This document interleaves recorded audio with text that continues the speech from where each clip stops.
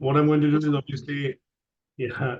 So what I'm going to do is obviously shade what is called the unit spec and just looking at a brief look at it in terms of what we've done so far. So yesterday we managed to cover LO5, which was primarily, the focus on looking at how do we, let's say organize resources and make sure resources, different types of resources, assessments, and, in general, looking at the needs of learners and making sure how the teaching and learning can be made inclusive. In today's learning outcome, we're going to be focused on assessing learning in education and training. So some part of it is to do with the fact that when we do look at, I'll put it this way, that when it comes to monitoring and reviewing how things are going on, we start to look at doing a bit of assessment. And this assessment, tends to be when we look at one of the critical aspects when you're reviewing essentially how students are making progress across various sessions, or obviously, in the term when you're teaching them as per a particular curriculum, or, your schema work and lesson planning, and whether all that is working to make meaningful progress, and are the students able to benefit from it or not. So that bit of assessment that we look at in terms of how we assess learning in education and training is a very critical aspect, because at some stage everything boils down to making sure that the results are achieved, or the goals and aims and objectives which are set are achieved, and the teachers, tutors, trainers, instructors are able to actually meet that particular goal of helping learners achieve, the goal, let's say a particular goal or a target which has been set. So the focus is primarily on student progress. And here, when we look at the assessment, it serves to evaluate, just a primary aspect of what we are looking at is how we can make it work in favor of the students, make it work in terms of whatever we teach and deliver is actually helping to improve, and obviously helping the learners to achieve the goals and objectives which have been set in that term or in that year for them. And when we look at the aspect of assessing for learning in particular within schools and FE colleges, what we are looking at is that here we need to be able to get both the teachers and the learners working together to be able to support the learning perspective, and that then when we take feedback in terms of different formats, whether it's in the form of any sort of appraisal, or in the form of any tests which the students sit, or any sort of assessment that they do, that informs the teachers that whether this is making sense, whether their teaching is essentially, having an impact on the delivery of sessions which is being done, or the topics which have been done, and whether they are able to achieve, say, for example, at the end of key stage one, if they are progressing to from one particular year to the next year, then are they meeting those targets, and are they able to progress confidently? That is what we will be looking at in the assessment of teaching and learning. Now, there are a couple of assessment criteria here. So first one, which basically looks at is explaining the purpose and types of assessment. So this is a popular one, because here what we will do is we will look at the different types of assessment methods. Although I've been told, and I have during my own case of doing the PGC, I learned that there are 16 different methods of assessments which can be used by teachers, educators, trainers, instructors, lecturers to assess the progress of the student. So we'll be looking at some of the types of assessment and what is the purpose behind setting that particular type of assessment. Some of the other objectives and assessment criteria here are basically looking at how do we set an appropriate assessment method which meets the individual requirements of the learner. So if the learners are, say for example, scared of taking tests, or they are nervous and they are stressed about taking tests, then how do we look at other forms of assessment? For example, in some cases, obviously, there is no shying away from that, but in some cases, when we look at different forms of assessment, how we can suit and fit one particular type to meet the needs of the learner, which allows them to bring out and obviously meet the objectives, in this case pass the test, or achieve the objective. Then we look at use of various types, and obviously some of these types and methods of assessment, they can be done including peer and self-assessment. And then where do we involve learners in the assessment? So feedback from a point of view of formative and summative, there is an involvement in the assessment process from a point of view of learners as well. How does the feedback that we give, which is formative and summative, helps in meeting the needs of the learners? Sometimes we do talk about developmental feedback when we look at assignments or vocational assessments. In those cases, we'll be looking at how does it meet the individual needs? How does it help the learner improve a grade from pass to merit? And then we'll be looking at enabling learners to produce evidence which meets the requirement of the assessment. That means the evidence is valid, it's reliable, it's sufficient, authentic, and current. Now, sometimes we just do say that the work is descriptive. Sometimes we do say the work is beating around the bush. It's not, it's missed out the assessment criteria. You've digressed from writing or compiling evidence which is required for this particular assessment. And that is where we have to bring the learners back to say what you need to do is research and then produce evidence which is valid, reliable, sufficient, authentic, and current. Sometimes we fall back onto what are called learner declarations, because what we are looking at is in these elements of valid, reliable, sufficient, authentic, and current. Authentic would mean that the work being produced is produced by the learner. It is their own piece of work. They're referencing it, and they're not colluding to prepare work and then presenting it as their own when somebody else has produced that work. Current means it is related to the assessment criteria and requirements, meeting it.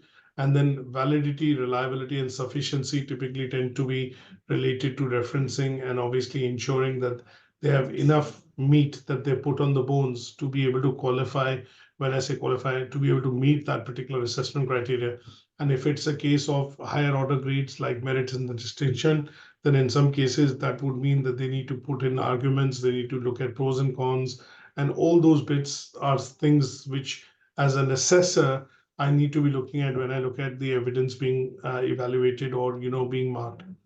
We look at internal and external requirements. So obviously, how do teachers look at benchmarking the assessment that they do in terms of meeting the internal and external benchmarks? So there are criteria which are set by the AOs or awarding organizations, and obviously sometimes you would see there are guidelines given to assessors to be able to assess the work in line with the requirements of external and internal requirements.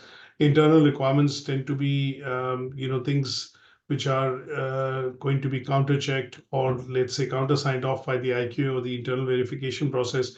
And external requirements tend to be, say, for example, plagiarism. Have you scanned the work of the learner through a software like Turnitin or any other relevant software which is recognized, and they would meet the external assessment requirements.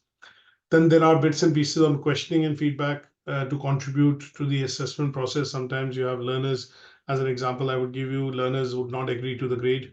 And we would discuss that in a bit more detail because they would question how have you gone about assessing my work and why is it the assessment is not meeting a particular criteria. You have to then look at giving detailed feedback, and that also contributes to the two-way dialogue which happens between the teacher and the learner or the tutor and the learner.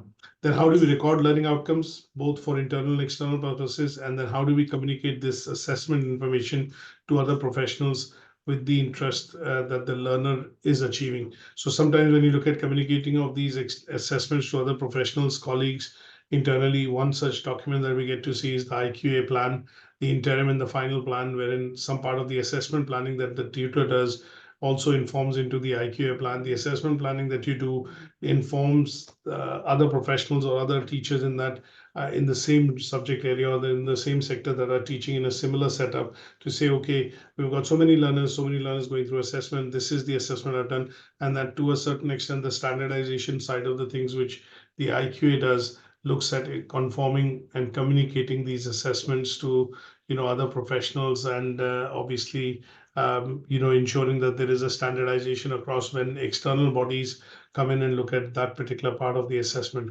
So this one is a interesting learning outcome simply because of the fact that there are bits and pieces that we can 100% relate to as a teacher, as a tutor, as a lecturer. We do this day in, day out, and this allows us to primarily, let's put it this way, bring out a lot of examples that we can actually, use to, relate to the learning outcome and the assessment criteria.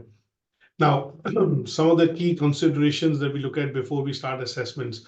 So if I look at, without going into the details on the slide, if I look at what do we do on our side when we look at key considerations to the assessment, there's an assessment policy in place. That assessment policy is basically a guideline document which helps any assessor go through it and define that, okay, these are the bits that you need to do, these are the bits that you need to complete, these are the bits that you'll need to have before you even start the process of assessment. And that assessment policy basically informs you about the external guidelines, internal guidelines within the setup. It will inform you what are the objectives of assessment and how you would go about assessing it, so that the assessments that you do are not borderline, not lenient, not too harsh. And that is where the process of standardization with the IQA sometimes comes in.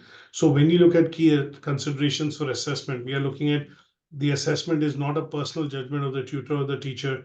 And when we are looking at learners' work or students' work, or a child's work in the school, what we are looking at is meeting the criteria of the learning outcomes and assessment criteria.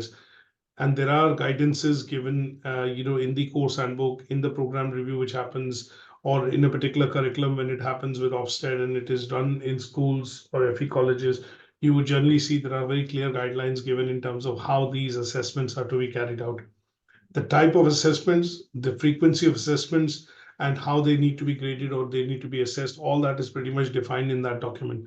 So one of the key not one, a lot of key considerations that we look at when we do assessments related to the learning, related to this learning outcome that we are studying today, is to look at aligning them with the learning outcomes, looking at making sure that they are fair. And it is, in terms of the fairness, is very important, because what we want to be able to do is make sure that the assessments that we are doing are consistent and they are maintaining an element of fairness across when they are done for a number of learners. And we need to provide reasonable accommodation, or adjustments sometimes. And this is something which sometimes awarding bodies ask for, that were there any reasonable considerations or any special considerations taken into account while doing the assessment for some of the learner work. That is where we need to be able to give them or declare them. And if there were any specific considerations which were done, then those have to be highlighted and backed up by documentation to say, okay, because of the special needs, or because of this disability, or because of this particular extenuating circumstance, we have made some reasonable adjustments to the assessment which has been done for the learner. Validity and reliability tend to be wherein we are trending to make sure that they are not just pieces of work which has been produced randomly. They are pieces of work which are related to the let's say the question, or the assignment, or in some cases the tasks which have been set. And these assessments tend to look at also trying on the fact that we are looking at making them reliable. That means they have some sort of referencing in higher education. In further education, they might have certain elements of observations, but in school, generally, they would tend to be, diagnostic, or in some cases, synoptic, wherein you're looking at, ensuring that the checking, marking, assessing of it is reliable. Then we are looking at, obviously, constructive feedback, which goes in. We look at transparency and clarity. So if a grade has not been agreed, or if the marks have been adjudged to a certain extent, they need to be explained in terms of why the criteria has not been met, or why the student has only managed this particular grade, and that needs to be defined. Then when we look at methods of assessing learning, we look at formative, summative, authentic assessment. We also look at peer assessments, and we also look at observations which are done primarily in some cases for teachers as teaching observations, peer observations, and they would essentially be all different methods that we will use for particularly assessing learners. Now, formative is ongoing feedback. Anything which is not formally completed, learners are given feedback on variety of things. So it could be done through written assignments. It could be done through verbal discussions. It could be done through a witness statement. It could be done through primarily, say, some sort of a test. But those would be, not final assessment, or final grades could not be awarded, or marks would not be awarded. And anything which is ongoing till the time the work is finalized would be something which will be formative. Summative would be at the end of the course, at the end of the term, at the end of the unit. you would provide a summative feedback, which will say why you achieved this or why this has been graded as this, and that would be defined under summative assessment. Authentic assessment tend to be wherein we are looking at real world examples or contexts which have been put in, wherein students are required to demonstrate practical applications of knowledge and skills. So for example, in some cases it tends to be within schools. If I look at chemistry lab, biology lab, physics lab, wherein you're required to carry out experiments. And in some cases, when I look at authentic assessments, we also look at putting them as across as that they are done in real time. They are not theoretical, or they are assessments which are carried out, in real world context. That would mean when we look at qualifications or certain qualifications wherein you do or carry out simulations, you do projects, or you undertake some research, in those cases, you would generally see the authenticity or the authentic part of the assessment need become, quite important. Now, in terms of the peer assessment, what we're looking at is sometimes, in classrooms, sometimes what I've done is if I have to mark an informal, I've done a quiz, and that quiz carries obviously no mark, but it is primarily to check the understanding of learners. What I tell learners to do is, can you exchange your paper with your fellow students sitting next to you, and then you do marking. And that would be one such way of, telling the answers to the students and they marking each other's script. So when we look at, when we look at peer assessment, that is correct. So when we look at that as an example, we are essentially looking at, going into the area of, self-assessments, observation and checklist. We are looking at, in some cases when it is to be done, like I was a chief examiner for NCFE's level 2 cert qualification in business and administration. There were 1,500 scripts to be marked, or 4,500 scripts to be marked every month. And obviously you have a team of assessors. What you do is you do some planning, you create a process wherein number of scripts are allocated to different people. And then that planning helps you understand how do we look at mass marking of scripts in certain cases. And that can be only done if you look at similar units, similar objectives, and similar papers to be marked. And that requires you to do planning, implementation, and to a certain extent, standardization when you evaluate that whether this marking is actually working or not. And at the end of it, what we do is we do a dipstick or a sampling of to check if this marking has worked, in the way that we would want to, and has, the marking happened to a particular standard. And that tends to be through reflection or any sort of adjustments that we need to make in terms of making sure from a assessor's point of view, we feed back to the course manager or the chief examiner to say, no, these questions or these tasks which were set in the assessments are not fit for purpose. They cannot be assessed using this, or in such cases, we might have to change the type of assessment method being used into a case study or, a comprehension based, question and answer session, and that would be more ideal. So it's a two-way process, and both sides have to feedback in order to ensure that any adjustments or changes which have to be done can be done to benefit the process of assessment. And that requires planning, obviously, beforehand. It requires then an implementation, and then at some stage it requires an evaluation. So that's the basic essence of why we look at assessment, because we are looking at actually keeping track of progress, looking at making progress with learners and their achievements. And in such cases, assessment tends to be the most important element, because at some stage, after teaching for a number of hours or number of sessions or number of classes, or for a number of terms, at the end of the day, you need to assess the learner to see whether they are meeting the criteria or not, whether they are passing, whether they have understood what has been discussed, delivered, talked about. And if that has not been the case, the only way that you'll be able to assess that would be to look at an exam, to look at an assignment, to look at a discussion. But at some stage, you have that process of assessment, becoming paramount. Now, with that, what we need to do is look at discussing various assessment criteria.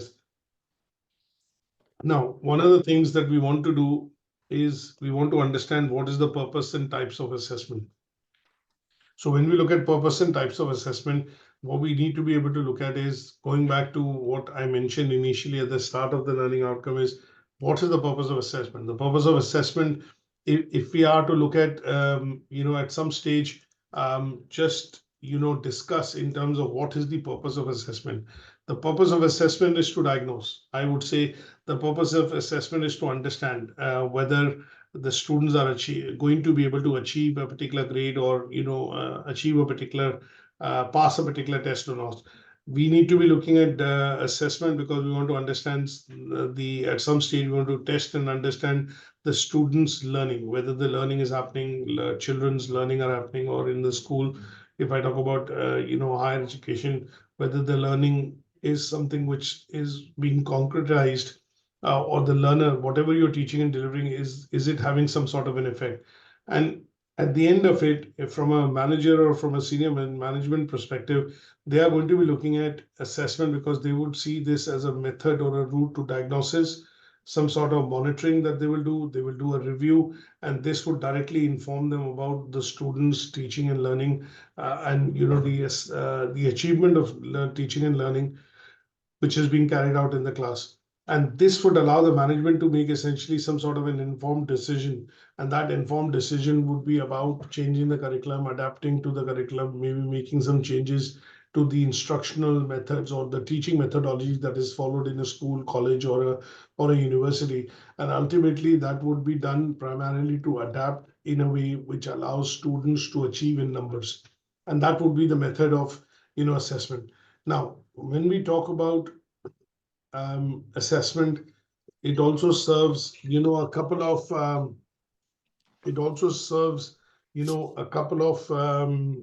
other objectives. One such objective is that it covers or basically helps us understand how do we look at let's say adjusting our delivery. So if we see that if you are a teacher responsible for a batch of 20 students or a cohort of 20, and that cohort of 20 only 5 pass at the end of the term and the rest 15 fail, then one of the things that will go back in terms of the the introspection that we will do, or the feedback that we will get, is to look at why did we not look at adjusting, let's put it this way, some of the teaching practices to suit the needs of the learners. And this would be primarily done in order to inform assessment that this was not fit for purpose. This was something which was primarily not fit for purpose for all the learners. Maybe the learning that has happened was not fit for purpose from a point of view of understanding what the learner's needs and requirements were. And then there was no actual or real-time monitoring which had happened, which could inform whether the achievement is going to happen or not happen, rather than finding out as a shock towards the end of the term that the achievement has not happened, and as a result, so many students have not made it. So when you look at different forms of assessment and what can be done in terms of understanding to teach and deliver in the most appropriate manner, which is useful for the students to achieve in mass numbers, we look at different forms of assessment. And different forms of assessment, when we look at, sometimes, just to list out a few which are on the slide, you will generally see assessment tends to be, formative, summative, diagnostic. It tends to be performance assessment. It could be authentic assessment. It could be a portfolio assessment, which could be looking at, sometimes I know that at the end of the school, what you generally see in primary school is that teachers actually show the parents the overall progress which the student has made or the child has made throughout the year. So what they normally do is they bring out those books which have been used by the child in the school, and they bring them out to show that this is the level where they started. So for example, sometimes a simple example of that could be the handwriting is quite poor, the grammar is poor, but after they've started to pick up and they've started to work with the child to undertake some activities, what you've generally seen is that that particularly tends to improve over a period of time. And that is what you get to see when you see, the child's English, for example, notepad or a topic book at the end of the year, when the school shows it to you and the teacher showcases and say, okay, that is something, you can see where he was at the start of the term and where he is now towards the end of the term.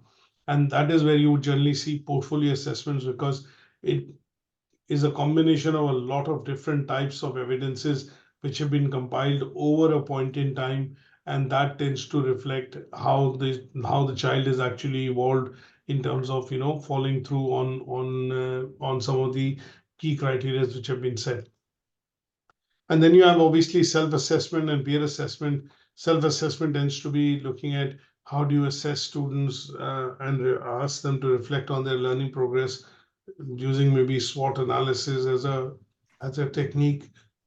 And then what we also do at some stages when we are looking at the process of peer assessment, we are involving students in the process of the feedback themselves, which means that in certain cases, when we set activities like case studies, or we set activities which are predominantly going to be reflective statements, we would be asking the students to reflect on their own performance. And that would be another way of how we will be looking at doing the assessment. So all the different forms of assessments that we look at, that we generally get to see, are devised on the basis of learners' ability to be able to cope with that particular type of assessment method. We wouldn't want an exam or a question, or maybe, for example, a physical demonstration of any such form of assessment if it was required. Maybe somebody like a gym instructor, and you have kids going, assuming you were not, probably a different example that I'll give you is that if you look at the let's say a play area within the school, and you have different teams which play, and different children play different sports. So in some cases you would generally see that the student would show a particular, let's say the students might show passion for a particular type of sport, and if the interest is there and the inclination is there, what we need to be able to do as educators and teachers is that we need to be able to spot that particular talent or that spark for that sport, and then align the student into that sport that will allow him to manifest his skills and his abilities to be able to work well. And obviously if they work hard, they'll come up in that particular sport. So in those cases, what you would generally see is you'll get feedback from other fellow students or other fellow children that he's more interested in cricket than football, or he's more interested in this than that, and that would maybe give you some sort of feedback to say that this is what the child is interested in. And that is where we would need to look at having conversations with parents, teachers, to ensure that they are able to provide ample opportunities for the child to be able to progress in that. Now, depending on the assessments and the assessment method, mostly teachers at some point in time choose the right assessment methods which are fit for purpose, which are essentially going to support learning for that particular learner. And that is where, that is why you have so many of these. And that is where it gives the teachers, tutors, the length and depth of different types of assessments to be chosen to be able to, pick the right one for the learner, which allows him or her to be fully engaged and fully signed on to be able to work for that, work towards that particular goal. Is that okay? Yeah.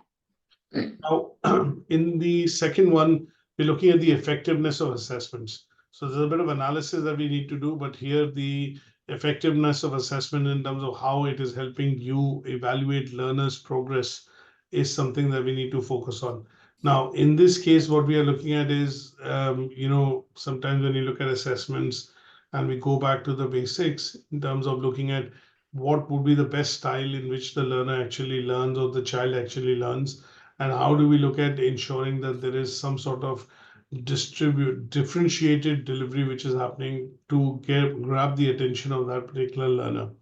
Now, in such cases, what you will generally see is, depending on what the learner's capability is, we will be looking at putting those activities in place which allow them to be engaged while they are, going through a particular stage in school, or say, for example, they are in a particular class. And in order to make them effective, what we also have to do is accommodate special needs. So if we do see that learners have certain disabilities or additional requirements, then we need to make sure that there are additional resources provided. And in those cases, you would generally see, again, assessments would need a bit of modification. A classic example that I'll give you is that a couple of years back, we had a learner who had severe dyslexia, and they were required to sit an exam, which was an online exam. Now, we had to speak to an awarding body to understand the situation. They had provided us medical evidence And then the awarding body agreed that, okay, in this case, the learner can actually use a scribe. And then the learner was asked to bring across somebody that they don't know and is not going to be in the conflict of interest. And they brought somebody across, and that person acted as a scribe for the person to be able to complete, say, the reading writing test. And in those cases, we are accommodating special needs for learners, and looking at, hopefully incorporating requirements from their background, or their diversity, and that allows us to ensure that the assessment that we choose is fit for purpose. Sometimes we have learners who need to do an exam. They have dyslexia. They need additional time to be able to finish that exam. So we have to speak to the AO again, or awarding body, to ensure that the time limit, because this learner has this disability, is provided more as far as the system is concerned, so that they don't feel disadvantaged as far as sitting that assessment is concerned. Now, when we look at assessments fit for purpose, what we are looking at is, depending on the course that you're running, or for example, the content which is being taught, you would sometimes look at organizing your class, or organizing the resources in such a way that will essentially allow learners need to be met. So in some cases, going back to the basics of what we learned, that we know the learner's learning style. Using the WARC style questionnaire, we design an ILP. In the ILP, we put some targets down, because we feel in some cases learners have certain weakness, and what they need to do is obviously to overcome those weakness areas. How do we know that they have weakness or gap areas? We conduct a SWOT analysis, and that is done in accordance with the learner. Once we know the weakness and obviously the gap areas, we put that into some sort of a plan, and that plan, from an educational perspective, is an ILP, or an individual learning plan. The learner agrees to that plan. We put some goals, targets, and activities. These targets and activities have to be completed to achieve a particular goal. Then they are tested again, and if we do find that the testing, once they've achieved that particular skill, then what we do is we do away with the additional activities, or maybe I wouldn't say discard the ILP, but do away with some of the activities, and that allows the learner to then cope with the class. So an example that I would give you here would be that sometimes you see learners in a particular class, they fall behind, because of various reasons. One of the reasons why they fall behind is they're not able to, understand what is being essentially taught in the class.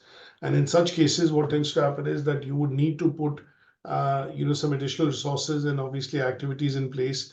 They would have to be discussed with the learner, and the learner would agree to conducting, or basically, helping to do or complete those activities. Completion of those activities will allow the learner to come back to mainstream, and that would then allow the learner to become a part and parcel of your usual classroom. And then you are able to track whether the learner is making consistent progress or not. And in such cases, when you look at doing it for some time, for some months or some weeks, what you have to do is adjust your assessment method, look at different forms of tasks which can be given, which would either elicit interest, get more motivation, motivate the learner or the child in this case to be able to participate, and that allows you to look at the process of making assessments effective. Is that okay? Yeah. Now, different forms of assessment, reason because no two learners are the same. And in some cases, what you have to look at is various types. And because there are different types of learners in your class, they have different requirements. Here, you would need to choose the most appropriate method which works for them in their case. And that is why, the idea would be to have different types of assessments. So we look at these assessments being able to meet the individual learner needs. One of the most important parameters that we look at, why we pick out different assessments, is because we are able to we want to make sure that the learners are able to meet that goal or the objective. And in such cases, you have to look at, adjusting adjustments which are fit for purpose, which are relevant and reliable and obviously valid, for the learners. An example that I'll give you is that, again, sometimes when we have learners which have special disabilities and they're able to produce, say, for example, an evidence. When I say an evidence, what I mean by that is they are able to produce a certificate or some sort of a medical certificate, which basically says that they are, say, in this case, dyslexic, and they would need additional time to be able to complete a particular form of assessment. So in such cases, we use that certification or the proof they're provided, send it to an AO, awarding body. And in certain cases, when you have time control tests, which have to be done, in those cases, the time period for the test can be relaxed, or the learner can be allowed enough or more time as compared to the usual one, because in this case, the learners have, say, for example, certain specific need, and that would allow teachers, tutors, educators to have, or meet the customized requirement of assessment. And in those cases, you would probably, if they were doing a computer-based test, you would be looking at speaking to the AO, and instead of an hour, you'd probably, depending on the scale of, difficulty that they face or the disability that they have, sometimes awarding bodies would say, okay, if it's a time control test, we would give them, based on the medical report, 1.5 hours instead of 1 hour to be able to complete the test. And in those cases, you would look at this aspect of, types and different methods of assessment. So customized assessment, peer assessment, self-assessment. Now, we discussed very briefly initially at the start that the assessments that we do have to be valid, reliable, sufficient, authentic, and current. So in such cases, when we look at this aspect of the learners being able to have or produce evidence, which is going to be primarily useful for meeting any particular criteria, what we would need to do is follow this particular concept, which we do. And this is one of the key concepts within the assessment that we follow, which is called the VACR. So VACSR. And this particular concept tends to be one of the key concepts that we look at when you study, say, for example, for an assessor qualification. And this particular evidence that we look at, or this particular reason why we look at this particular evidence, is to ensure that we can judge the learner's evidence on the basis of, its authentication, and obviously on the basis of its currentness, which is required to be produced.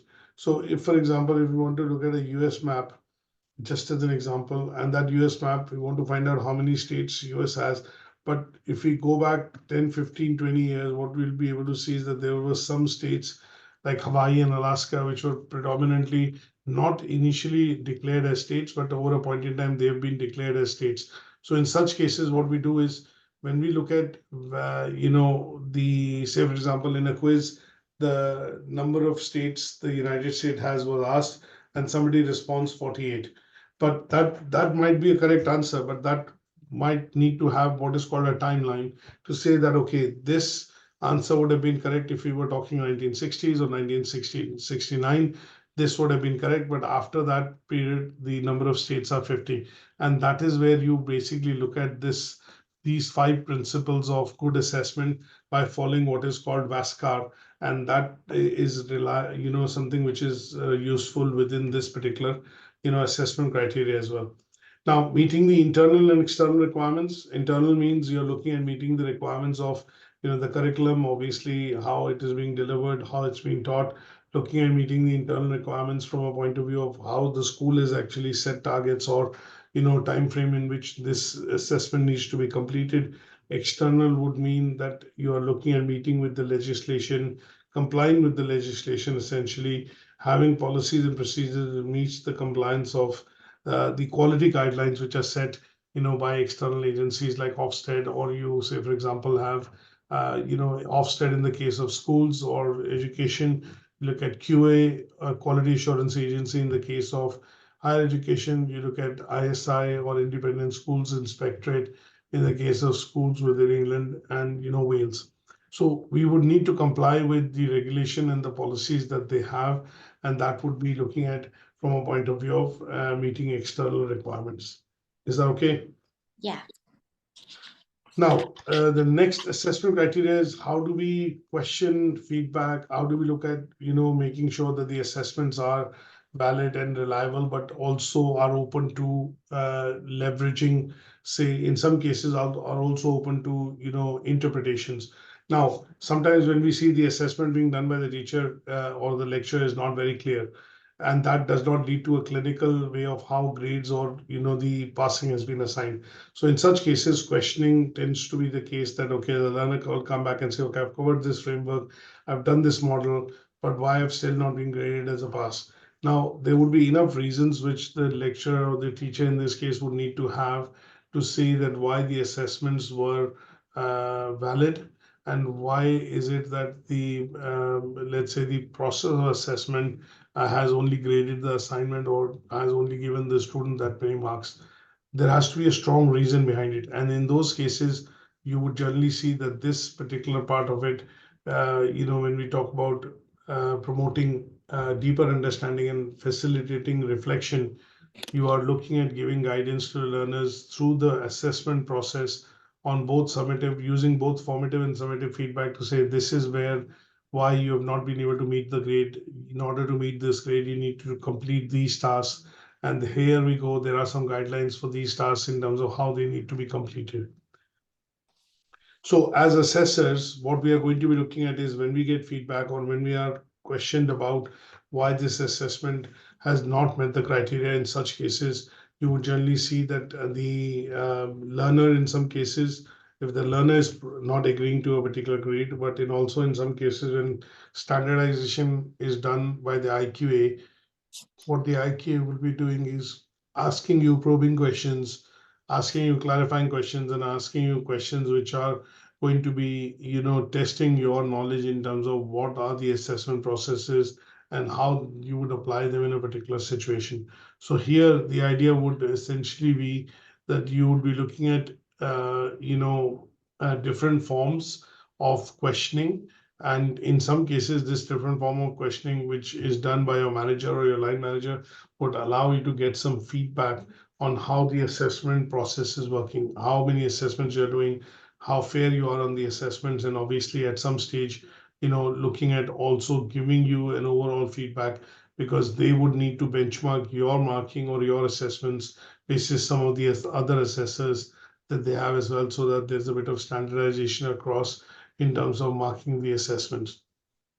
So you would typically see this feedback needs to be timely. That is why we put some sort of a timeline down, that when you get a piece of work or when then something has to be assessed, you put a timeline down that, okay, maximum of 5 to 7 working days in which the feedback would be provided, because learners at that point in time are fresh with what they're doing, and they would appreciate timely and prompt feedback, which would allow them to redress work in some cases if it requires, and they would be able to submit that back again without having lost interest in terms of what they've studied or how long back they have studied. So if I get an assignment from a learner and that was submitted in January and I haven't marked it and given feedback, that would not bode well with the student, because one, that has gone way beyond the timeline, because the student would have forgotten what they've submitted, and in some cases that would also not meet the guidance and the criteria set by the external awarding bodies or AOs to say that the work should be assessed in a couple of days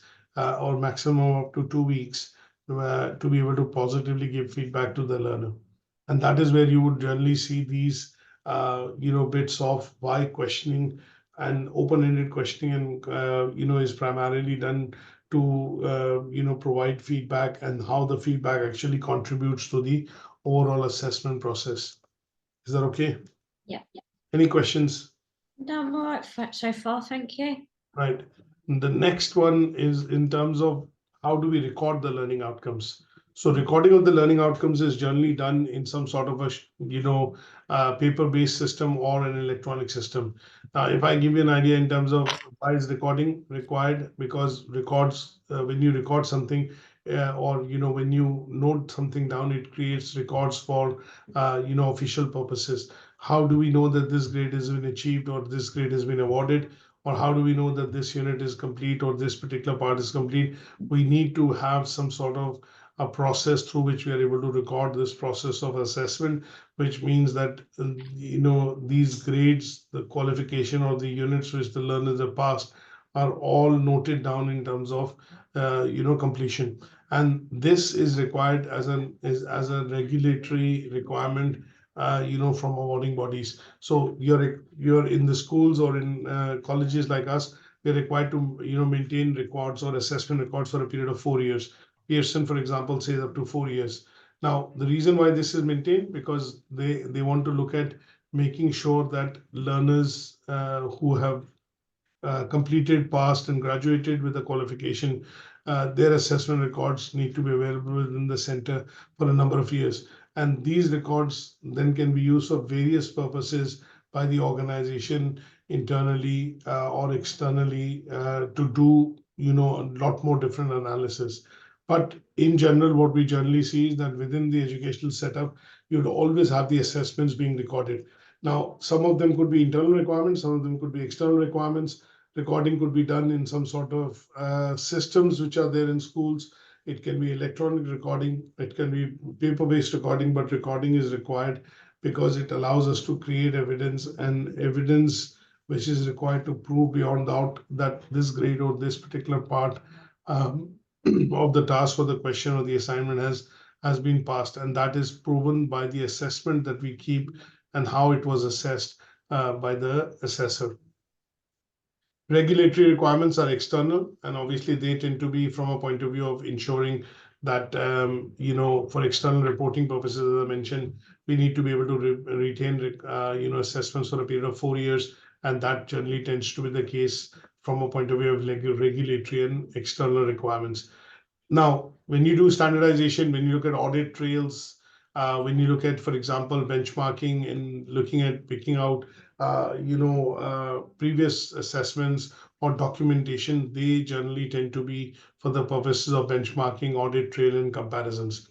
Now, they could also be picked out for training and, training purposes, which is sometimes what we get to hear when you call, your most of your providers of, say, for example, most of your big providers, they'll always say we record all calls for monitoring and training purposes. So generally here, when we have new people joining the organization, or when, say, for example, you have processes of standardization to be carried out, in such cases, you would normally see again archives, are picked, looked at, and that is where one random sample will be picked up for the purposes of training or, looking at doing standardization.